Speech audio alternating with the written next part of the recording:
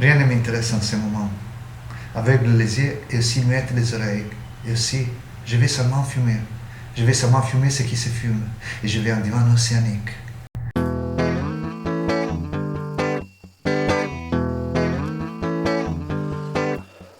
Se penso che le cose che tu dici a me sono tutte vere, dico forse che c'è qualcosa che io penso distorto ed a volte vorrei essere morto. Sono queste voci che io sento per te e vorrei sapere chi le dice, chi è. Yeah, yeah, yeah, yeah. E chi è che mi parla nella testa a me? Chi è che mi dice di fare le cose? Chi è che mi ossessiona? Chi è che mi citofona? Quand même, bon, ce livre, c'est le livre que j'aime plus de tout ce que j'ai fait jusqu'à maintenant. Parce que c'est drôle. J'aimais beaucoup d'arriver à être drôle dans la bande dessinée, comme j'étais drôle dans les courts-métrages que j'ai fait et les autres choses un peu bêtes que j'ai toujours aimé faire. Mais dans la BD, j'arrivais jamais à être vraiment légère comme je voulais. J'étais toujours un peu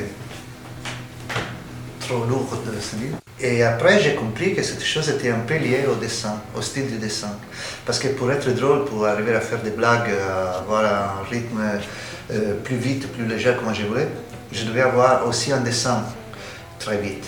Seulement avec un travail très vite des dessins et des mots ensemble, à la même vitesse, les pensées et les dessins à la même vitesse. Seulement comme ça, j'arrivais à faire des choses drôles.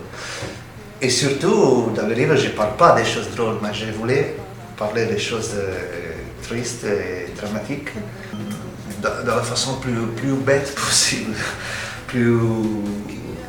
Comment je suis en vrai, parce que qui me connaît bien, mes amis, ils sont très bien que moi je suis quelqu'un de bête, qui fait toujours des bêtises, qui dit toujours des bêtises, qui aime faire des chansons bêtes et drôles et tout ça.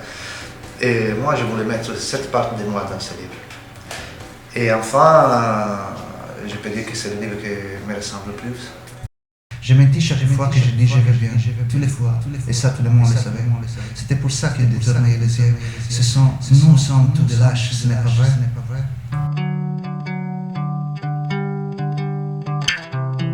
Non, parce que quand je travaille, je ne pense pas à cette chose. Je ne pense pas à le lecteur.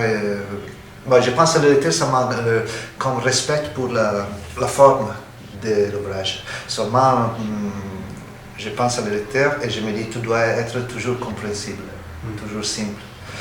Mais sinon, je ne pense pas si le livre marchera au moins. Si je commence à travailler sur quelque chose, c'est parce que j'ai une envie, une motivation très profonde pour le faire. Et si la motivation est profonde, alors je m'en fous complètement du succès du livre.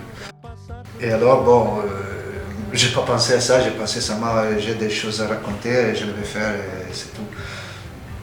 Mais en vrai, je pense que personne ne veut pas rester là à lire ou à entendre quelqu'un qui parle de ses tristesses d'une façon triste. Mais tout le monde peut écouter quelqu'un qui te raconte des choses tristes d'une façon drôle.